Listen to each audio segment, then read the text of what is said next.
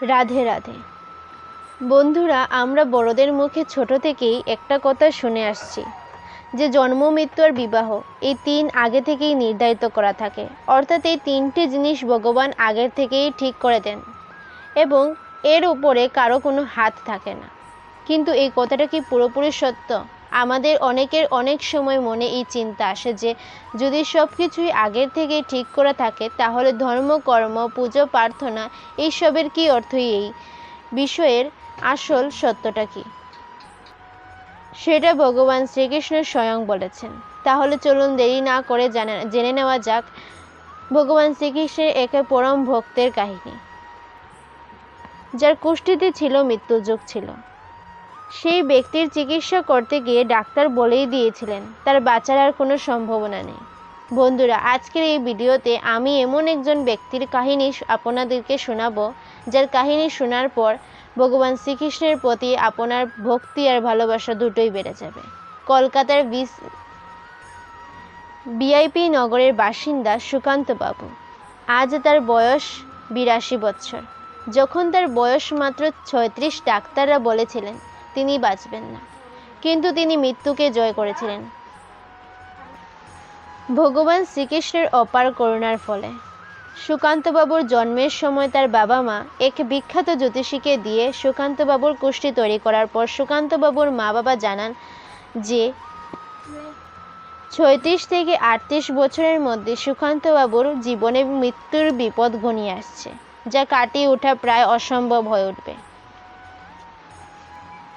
সুকান্তবাবুর মা বাবা তখন নিজের সন্তানের কুষ্ঠিতে মৃত্যুযোগ দেখে প্রচণ্ড ভয় পেয়ে গিয়েছিলেন, কিন্তু তারা সুকান্তবাবুকে এই কথা কখনো জানাননি। বাল্যকাল থেকেই সুকান্তবাবুর ভগবান শ্রীকৃষ্ণের প্রতি গভীর নিষ্ঠা ছিল। যখন তিনি প্রথমবার নিজের বাবা মায়ের সঙ্গে বৃন্দাবন যান তখন তার বয়স মাত্র 7 বছর। বৃন্দাবন তার পরিবার এক সিদ্ধ সাধকের দর্শন লাভ করে, যিনি তাদের বলেছিলেন অনেক পুণ্য কর্মের কারণে একটি আত্মা মানবজনিতে জন্মগ্রহণ করতে পারে। তাই মানবজনিতে জন্মগ্রহণ করার পর মানুষের প্রধান কর্তব্য হলো দরিদ্র সেবা, পশু পাখির সেবা করা, ধর্মের পথে চলা, ভগবান শ্রীকৃষ্ণের নাম জপ করা, কীর্তন করা, ভজন গাওয়া এবং গীতা পাঠ করা।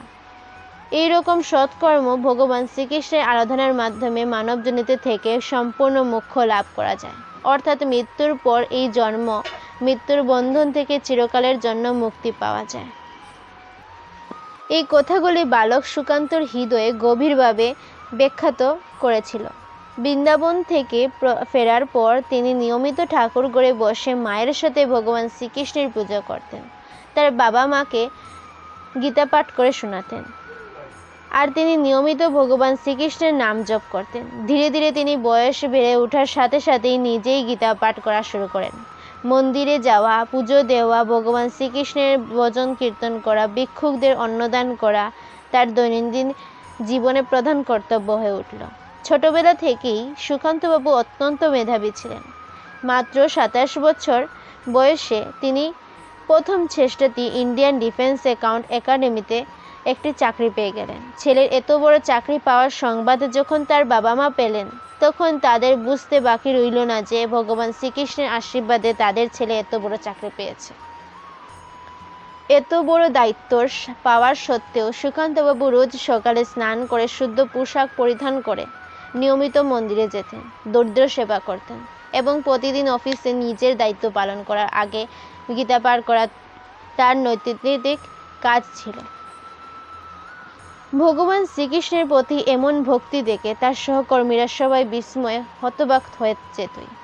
বছরে একবার ছুটি নিয়ে তিনি মা বাবার সঙ্গে অবশ্যই বৃন্দাবন যেতেন। সেখানে ভগবান শ্রীকৃষ্ণের পুজো দিতেন, ভজন কীর্তন শুনতেন এবং সেই সিদ্ধ সাধকের সঙ্গে দেখা করে তার মুখে ভগবান শ্রীকৃষ্ণের লীলা কাহিনী শুনতেন।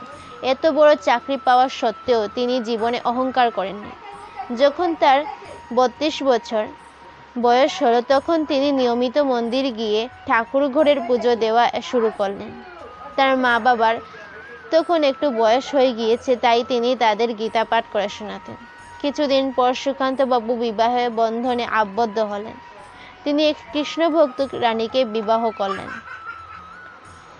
এভাবেই সুখে শান্তিতে তার দিন কেটে যাচ্ছিল। 4 বছর এভাবে কাটানোর পর একদিন মধ্যরাতে তিনি খুব অসুস্থ বোধ করতে লাগলেন। তার অসুস্থতা যখন খুব বেড়ে গেল, তখন তার মা-বাবা এবং স্ত্রী কিছুই বুঝতে পারছিলেন না। তখন সুকান্তবাবুর মা-বাবার হঠাৎ মনে পড়ল সেই কুষ্ঠিতে লেখা ভয়ঙ্কর মৃত্যুযোগের কথা। তাই তারা প্রথমে প্রচণ্ড ভয় পেয়ে গেলেন এবং ভগবান শ্রীকৃষ্ণের নাম জপ করতে শুরু করলেন। ভগবানের নাম জপ করা মাত্রই তাদের দুশ্চিন্তা কেটে গেল এবং মাথায় এলো বুদ্ধি। তখন সুকান্তবাবুর বাবা নিকটবর্তী এক বেসরকারি হাসপাতালে ফোন করে অ্যাম্বুলেন্স ডেকে পাঠালেন। যখন অ্যাম্বুলেন্সে এলো, সুকান্তবাবুকে সেই হাসপাতালে নিয়ে যাওয়া হলো। তার শারীরিক অবস্থা খুবই খারাপ ছিল, তাই অ্যাম্বুলেন্সে হাসপাতালে পৌঁছানো মাত্রই তাকে আইসিইউতেই ভর্তি করে দেওয়া হলো। সুকান্তবাবুর প্রচণ্ড শ্বাসকষ্ট হচ্ছে। তার বাবা মা এবং তার স্ত্রী অত্যন্ত ভেঙে পড়েছেন। তারা কৃষ্ণের একটি মূর্তিতে সামনে দাঁড়িয়ে অঝরে কাঁদতে লাগলেন। সুকান্তবাবুর চিকিৎসার দায়িত্ব পড়ল ডক্টর আহুজা নামক এক বিখ্যাত ডাক্তারের উপর। তিনি তৎকালীন সে সময়ের সবথেকে বড় ডাক্তার ছিলেন। যাই হোক, সেই রাত কাটার পর ডাক্তার পরের দিন তাদের জানালেন যে তাদের ছেলের অবস্থা খুব একটা ভালো নয়। তার হার্টে কিছু একটা গভীর সমস্যা দেখা দিয়েছে। তাই তার সমস্ত টেস্ট না হওয়া পর্যন্ত এবং শারীরিক উন্নতি না হওয়া পর্যন্ত আইসিইউতেই রাখা হবে। ডাক্তারবাবুর এই কথা শোনার পর সুকান্তবাবুর পরিবার অত্যন্ত ভয়ভীত হয়ে পড়লেন, কিন্তু তাদের আস্থা ছিল ভগবান শ্রীকৃষ্ণের প্রতি। তার মা নিয়মিত ভিজিটিং আওয়ারে ছেলের সঙ্গে দেখা করতেন এবং তার সামনে দাঁড়িয়ে কিছুক্ষণ তাকে ভগবদ্গীতা পাঠ করে শোনাতেন। এইভাবে 7 দিন অতিক্রম হবার পর সুকান্তবাবুর শারীরিক অবস্থা আরও খারাপ হতে গেল। তখন ডাক্তারবাবু তাকে ভেন্টিলেশনে রাখার পরামর্শ দিলেন। সমস্ত টেস্ট এবং সবকিছু করার পর ডাক্তার সুকান্তবাবুর পরিবারকে জানালেন যে তার হাতে আর কিছুই নেই, এখন সবকিছু ভগবানের উপর নির্ভর করছে। কিন্তু অবিশ্বাস্যভাবে ডাক্তারের মুখে এই কথা শোনার পরও সুকান্তবাবুর মা বাবা এবং স্ত্রী বিচলিত হলেন না, কারণ তাদের বিশ্বাস ছিল ভগবান শ্রীকৃষ্ণের উপর। তারা প্রতিদিন ভোরবেলা উঠে স্নান করে শুদ্ধ পোশাক পরে মন্দিরে যেতেন এবং ভগবান শ্রীকৃষ্ণের পুজো দিয়ে ভগবানের সামনে সুকান্তবাবুর জন্য প্রার্থনা করতেন। সুকান্তবাবু অত্যন্ত ভালো স্বভাবের মানুষ ছিলেন, তাই প্রতিবেশীরাও তার জন্য প্রার্থনা করবেন। তার বাবা মা এবং তার স্ত্রী দীর্ঘক্ষণ শ্রীকৃষ্ণের দিকে তাকিয়ে বসে থাকতেন। তারপর একদিন পরম করুণাময় ভগবান শ্রীকৃষ্ণ এমন লীলা দেখালেন যা শুনলে আপনারা অবাক হয়ে যাবেন। ভেন্টিলেশনে টানা 2 দিন অবচেতন হয়ে পড়ে থাকার পর সুকান্তবাবু হঠাৎ একটি স্বপ্ন দেখলেন। স্বপ্নে তিনি দেখলেন তিনি অবচেতন হয়ে পড়ে আছেন এবং তার মাথায় হাত বুলিয়ে দিচ্ছেন স্বয়ং ভগবান শ্রীকৃষ্ণ।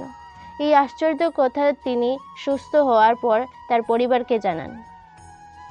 এই দৃশ্য অনুভব করার পর তিনি ভগবান শ্রীকৃষ্ণকে স্পর্শ করার জন্য তার চোখে খুলে ফেলেন এবং এই চোখ খোলার দৃশ্য দেখে উপস্থিত নার্স দ্রুত ডাক্তারকে খবর দিল। ডাক্তার এসে সুকান্তবাবুকে দেখে খুবই অবাক হলেন, কারণ সুকান্তবাবু সেই অবস্থায় চেতনা ফিরে পাওয়ার কোনো সম্ভাবনাই ছিল না।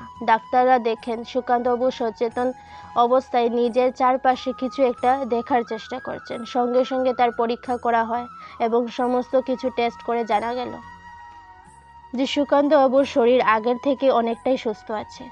ডাক্তারবাবুরা এই ঘটনাকে মিরাকেল বলে সম্বোধন করলেও সুকান্তবাবুর মা বাবা এবং স্ত্রী জানতেন এই সব কিছুই সম্ভব করেছেন ভগবান শ্রীকৃষ্ণের দ্বারা। এই ঘটনার 4 দিন সম্পূর্ণভাবে সুস্থ হয়ে সুকান্তবাবু ডাক্তারকে এবং নিজের মা বাবাকে এই বিস্ময়কর ঘটনা খুলে বললেন এবং সেই ঘটনা শুনে ডাক্তারবাবু অবাক হয়ে গেলেন, কারণ ডাক্তারবাবুর জীবনেও এই ঘটনা সম্পূর্ণ নতুন এবং আনন্দদায়ক, যাকে তিনি মিরাকেল বলে সম্বোধন করেছিলেন। 1 সপ্তাহ পর সুকান্তবাবু সম্পূর্ণ সুস্থ হয়ে বাড়ি ফিরে গেলেন। তার কুষ্ঠির মৃত্যুর যুগকে তিনি এইভাবে এগিয়ে যেতে সক্ষম হয়েছিলেন। সুকান্তবাবুর মা বাবা পরলোক গমন করলেও তিনি আজও জীবিত এবং তার স্ত্রীর সাথে 82 বছর বয়সও ভিআইপি নগরের বাড়িতে আনন্দের সাথে জীবন কাটাচ্ছেন। বন্ধুরা, বলা হয় যে নিয়মিত শুদ্ধ মনে ভগবান শ্রীকৃষ্ণের নাম জপ করলে, ভগবানের কীর্তন বা ভজন শ্রবণ করলে এবং গীতা পাঠ করলে ব্যক্তির জীবন থেকে নানা রকম বাধা বিঘ্ন বা দুঃখ কষ্ট পূরণ হয়ে যায়, আর্থিক উন্নতির পথ প্রস্তুত হয়, এমনকি মৃত্যু ভয় পর্যন্ত কেটে যায়। তাই নিয়মিত ভগবান শ্রীকৃষ্ণের নাম জপ ও গীতা পাঠ অবশ্যই করবেন এবং সময় পেলে অবশ্যই ভগবান শ্রীকৃষ্ণের লীলা কাহিনী শ্রবণ করবেন। বলা হয় এই 4টি বিষয়ে কখনো লজ্জা পাওয়া উচিত নয়: পুরাতন কাপড়, বয়স্ক মা বাবা, দরিদ্র বন্ধু, সাধারণ জীবনযাপন। এই পৃথিবীতে আমরা কে কতদিন বেঁচে থাকবো সেটা আমরা জানি না, আর এটা গুরুত্বপূর্ণ বিষয় নয়। গুরুত্বপূর্ণ বিষয় হলো আমরা মানুষের মনে কতদিন বেঁচে থাকবো। মানুষের জ্ঞানের পরিচয় পাওয়া যায় তার কথায়, যোগ্যতার পরিচয় পাওয়া যায় তার কর্ম, আর বংশের পরিচয় পাওয়া যায় তার ব্যবহারে।